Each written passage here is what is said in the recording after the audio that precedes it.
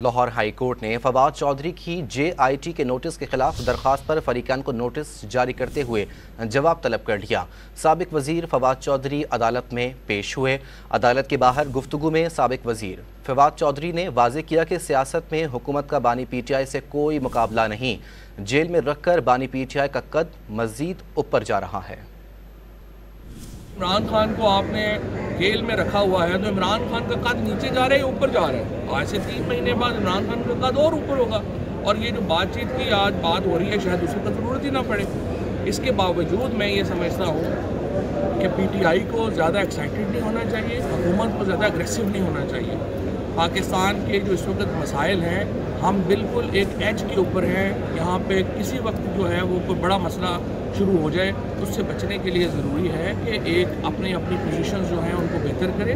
PTI نے کیا position واپس کرنی ہے؟ حکومت نے اپنی پوزیشن واپس کرنی ہے۔ عدت کیس کے اوپر معافی مانگے اور پولیٹیکل پریزنرز کو فوری طور پہ ریلیز کر کے بات چیت کا آغاز کریں، پاکستان میں آئین کو بحال کریں۔